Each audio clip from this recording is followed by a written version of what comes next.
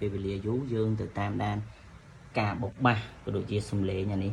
មិនលេងសៀបងបាទតោះមើលជាក់ស្ដែងទាំងអស់គ្នា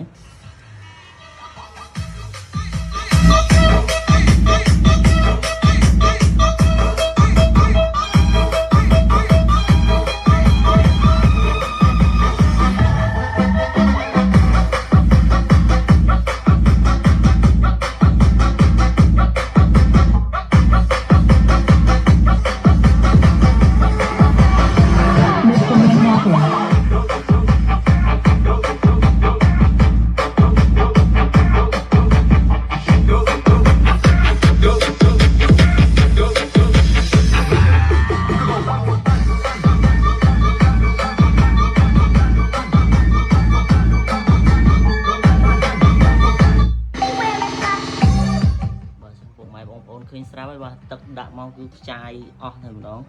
អញ្ចឹងគឺថាសមត្ថភាពនៃការលេងអំភ្លីឌី100ជាមួយនឹង SAT JBL កម្លាំង200 វ៉ាត់មេដែល